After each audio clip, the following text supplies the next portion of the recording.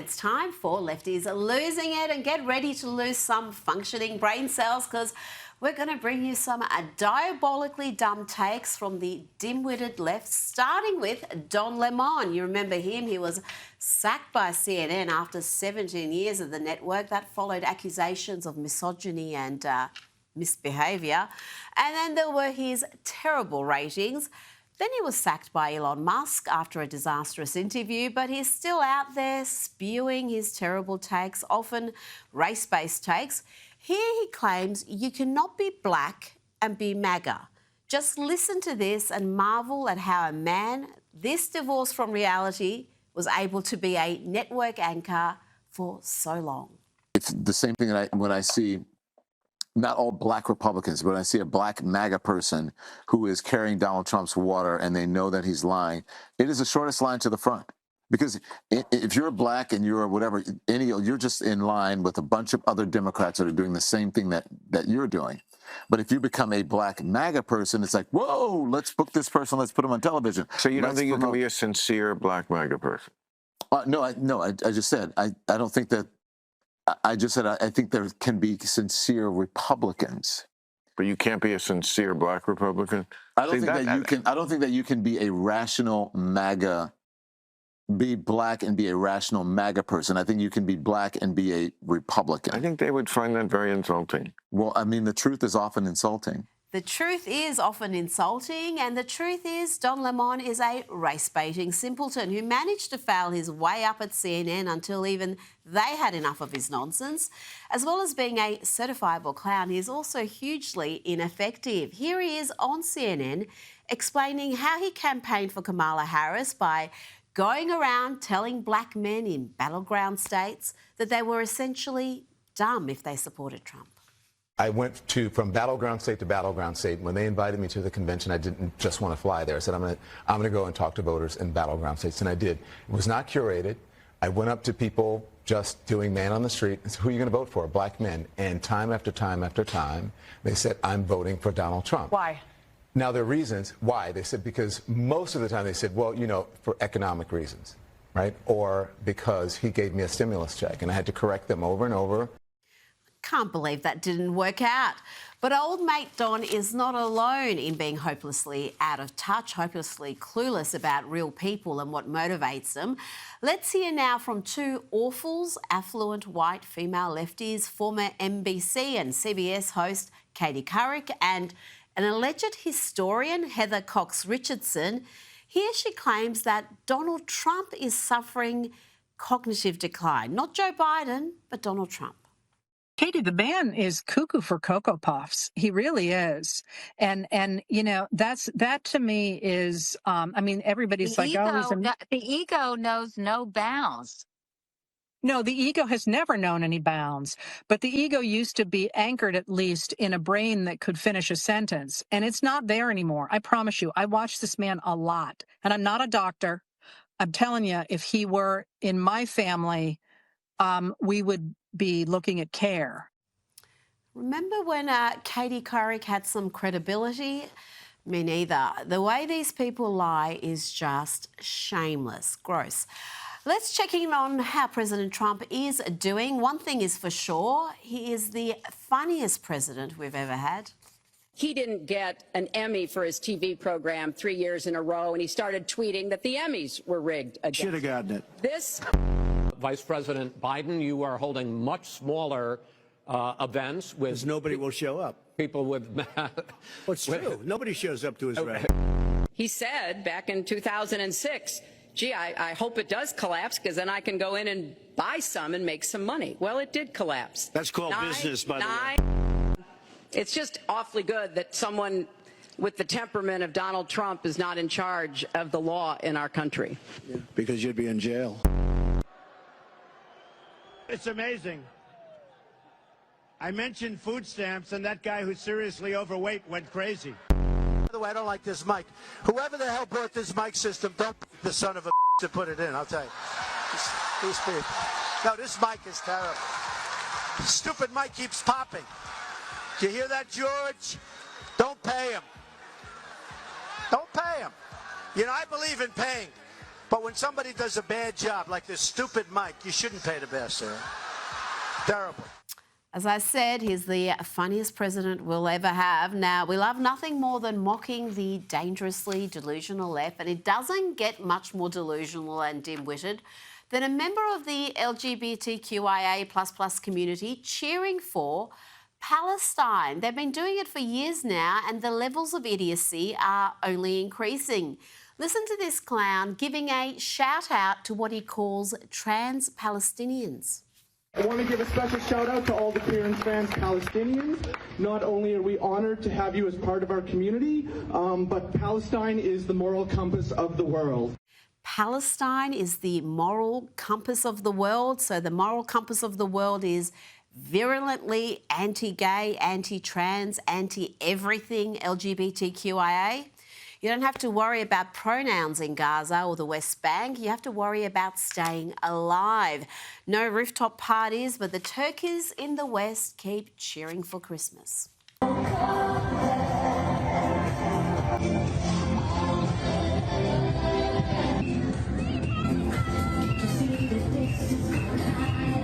That was the UK, Manchester. And here is another turkey cheering for Christmas in song. And this song is written for Palestine, and here you have it. We are waving the rubber of our hopes and dreams, marching out while our voices for the world to see, posting back in the hatred of the Israelis. That is enough of that. Thank you. I told you 5 seconds only. The producers have gone rogue. Let's hear from this young lass who thinks Trump and RFK want to put her in a concentration camp. Try to follow this logic if you can. Well, I'm autistic and bisexual, and I don't want to be put on a registry, and I don't want my data to be used illegally by RFK, and I don't want to be shipped off to a health farm by RFK that he's going to, he plans to put us all on, similar to I shouldn't say similar, it's a health farm version of the concentration camps in Alcatraz, and nobody deserves to be in concentration camps. That's Nazi shit. Now, let's see how the media covered the raid on warmonger and serial leaker John Bolton's house and how they covered the raid on Mar-a-Lago. Here is the ABC's John Cowell. See if you can detect the subtle difference. So he sees this as an opportunity to, again, portray himself as the victim. This is classic Donald Trump. He spent most of his presidency portraying himself as a victim of the Russia investigation, certainly his impeachments. And now he's portraying himself as a victim of a runaway and politicized Department of Justice. In a moment, we'll get to the stunning developments coming into the weekend, with FBI agents swarming around the home and office of former Trump National Security Advisor John Bolton. But first, the context. This didn't happen in a vacuum. John Bolton is on a long list of Trump critics who are now facing the wrath of President Trump and his Justice Department. Just shameless stuff from a shameless charlatan who has pushed every hoax from Russian collusion to the fine people lies in recent years. And thanks to Maze Moore for putting that content together. Let's look at CNN's treatment of the same news. Here is the thoroughly discredited Andrew McCabe before and after. Let's remember that to get a search warrant in any case, whether it's you or I or the former president, you have to go before a federal judge and convince that judge that there is probable cause to believe both that a federal crime has been committed and that evidence of that crime is contained within the space you have described in your warrant request. So we have, in this situation, a federal judge who made that determination. Now, that was the before. That was when Trump's property was raided, all very proper. But when Bolton was raided, well, this is clearly a case of political persecution. He was raided because he criticised the president, CNN claims. We know that Mr. Bolton has said critical things about the president. That's not illegal. That's not a crime. That's pretty squarely within your First Amendment right in this country. And in fact, you shouldn't be. You're not supposed to be. The Department of Justice and the FBI have all kinds of policies absolutely prohibiting investigating people for the exercise of their First Amendment rights. And so if that's what's going on here, and there's all kinds of reasons to believe that that might be the true motivation. Gosh, I wonder why trust in the media has hit record lows. Joining me now for more on this is Sky News contributor Kosha Gator. Kosha, what do you make of this raid and the media reporting around it? The media, I think, as you say, trust has gone from infuriating attitudes towards media, infuriating to irrelevant, really. I think it was tragically laughable at some point along the way, and now it's irrelevant, where nobody's taking them seriously. Their ratings are down, trust is down, audiences are down. But yet it is like this slow-moving train wreck to watch that, because everybody can do these split-screen before and after moments now in the age of the internet, and they know it, and yet they keep doing it. Maybe they're speaking to a small slice of the audience that doesn't consume that. I think they count on their audience not being across that information, so I think they're going to get away with it. But that audience is diminishing shrinking by the day. We are seeing the online audience exploding, and this is where these real-time fact checks are happening, and people are seeing the media for who they are. Now, let's hear from Director of National Intelligence, Tulsi Gabbard, on efforts to root out those within the deep state who think their ideology trumps the Constitution and the will of the people. There are deep state actors across the federal government, and they are people who, like Vindman, for example, who believe that their actions, their views are more important than those of elected leaders, duly elected by the American people, like the President of the United States. These are dangerous people because they believe their views and opinions supersede the United States Constitution that they all swear an oath to uphold, to support and defend, and that their views and opinions supersede those, again, who are elected by the American people, specifically the President of the United States. Kosha, Tulsi went on to say she is determined to root out these individuals, but that is going to be a gargantuan task. These agencies, you could argue, have been corrupted by politics for decades. Sure is. It's such a tall order because they have these entrenched, protected interests, and the system is self-preserving. So it's just really hard for somebody to come in and try to shatter decades of those entrenched protections. But if anybody can, she seems to be somebody who can, and she's meeting the moment. She's tough. She's patriotic. She's a lieutenant colonel in the Army Reserves. She switched parties, which shows that she is principled and willing to go against the grain. She's got a personal vendetta because she was on the receiving end of some of this. I was about to say, she's a personal victim of this politicisation. And I think it's very clever of Trump to put together a team who've had a real personal insight into how bad the bureaucracy has become. Absolutely. So many of them have been personally wronged, himself, of course, at the tip of that spear. And that is human nature, that it does give you extra mojo and extra motivation to go after this. So she's trying to do it. She's fired, I think, 40% of the staff, because that's a big part of it. The fewer people you have, the closer they are and better visibility you have into their motivations. But the clock is ticking. They've got 3.5 years left, so we'll see what happens. Now, let's talk about Donald Trump firing Federal Reserve Governor Lisa Couric over allegations of mortgage fraud. Quite serious allegations. There is a criminal referral underway. But the media can only see race and gender. The New York Times has an article implying that she's being targeted because she is the first black woman to ever serve as Fed governor. She may have been appointed by Biden because she's black. Kosha, he was not shy about saying he was making decisions based on identity politics. But it's quite obvious that she's not being sacked because of her gender or her skin colour here.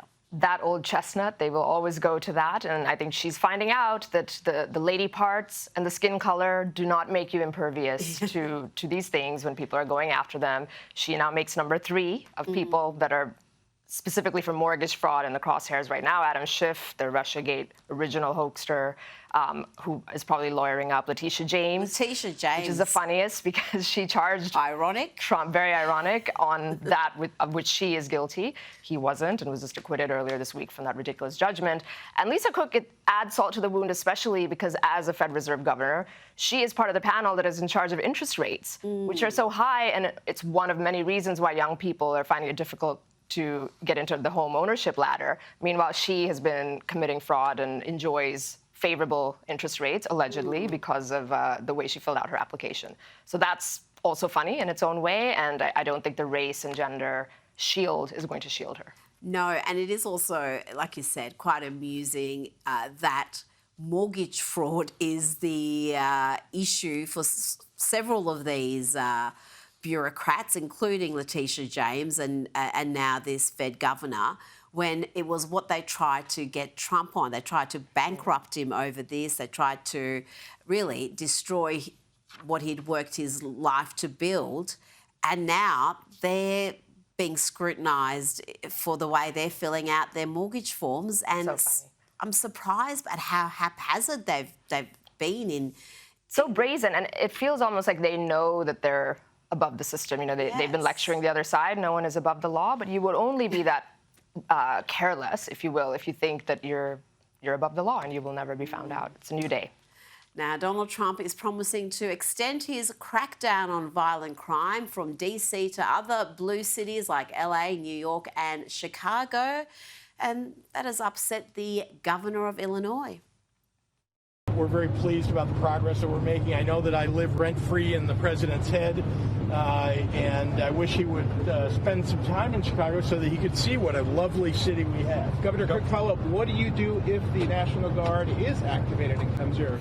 Kosha, this law and order policy is actually popular among voters. I would argue even among blue city voters, because they're the ones most touched by crime. Absolutely. That's when your policy positions literally wind up at your doorstep or at your car door or, you know, wherever you might be being attacked. And the DC policy is wildly popular right now. There's all these amazing stats. There hasn't been a single murder in 2 weeks or whatever it is. Here it will be difficult for Trump to test the boundaries of his power as the head of the executive branch, because DC was a special case. It's a federal district, and he could do that. Here it is going to be interesting. I think there's going to be lawsuits and federalism and all that will be tested. But politically, it makes them look so bad that it's almost like they're pro-murder, they're pro-crime. They're going out of their way to stop an effort to reduce violent crime. And in Chicago, as so many other parts of the US, the biggest victims of violent crime are those in the black community, because they just suffer it disproportionately. So how does that look? I think Stephen Miller was out saying that it makes them look evil, basically, for what they're doing. And you don't have to live this way. J.D. Vance was saying that. You don't have to live this way.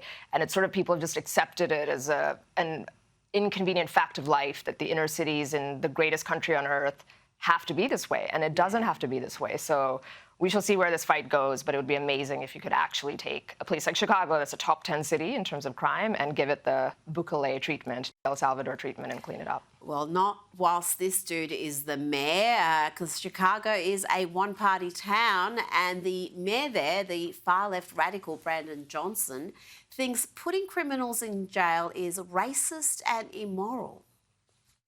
We cannot incarcerate our way out of violence. We've already tried that, and we've ended up with the largest prison population in the world without solving the problems of crime and violence. The addiction on jails and incarceration in this country, we have moved past that. It is racist, it is immoral, it is unholy, and it is not the way to drive violence down. Racist, immoral and unholy, Kosha. What exactly is the left's solution to the crime crisis? Because as you said, Chicago has one of the worst rates in the country. And it used to be such a great city. Unholy was a new layer on top of that. But it's, again, going back to that shield of racism, if you dare to do anything. But on a serious note, unfortunately, they do believe that. If you look at Mamdani, you look at the defund the police, they really do seem to either believe it or really push that or suggest that somehow incarcerating criminals, which may disproportionately happen to be from one group more than another, is racist, and that's why they don't want to do it. But people are crying out for it. He's one of the worst mayors in the country, and he's headed for a standoff with President Trump. Now to some local news. Prime Minister Anthony Albanese has confirmed Iran's ambassador, Ahmed Sadeghi, will be expelled for his role in orchestrating at least 2 anti-Semitic attacks. That's after ASIO gathered enough intelligence to reach the deeply disturbing conclusion that the ambassador was involved. This is quite extraordinary, Kosha. It's huge news. I think Penny Wong said it's the first time anybody an ambassador has been expelled since World War II, and maybe even longer. So to many, it feels like a pretty extreme response. However, the intelligence that they're citing, saying that there's credible intelligence suggesting that they were linked to 2 cases of arson, basically at a synagogue in Melbourne and a cafe in Sydney. And so they're making this move. I think more broadly, it's showing one tool that the Albanese administration is liking flexing right now in relation to the Middle East conflict. So you saw them banning the sitting MP from Israel last week to come and speak on that side of the equation, and now they're sort of correcting on this side of the equation. And I can't help but wonder if all that is linked, where they're trying to do this balancing act between both sides of this very contentious issue that is, especially in their party, kind of fractured.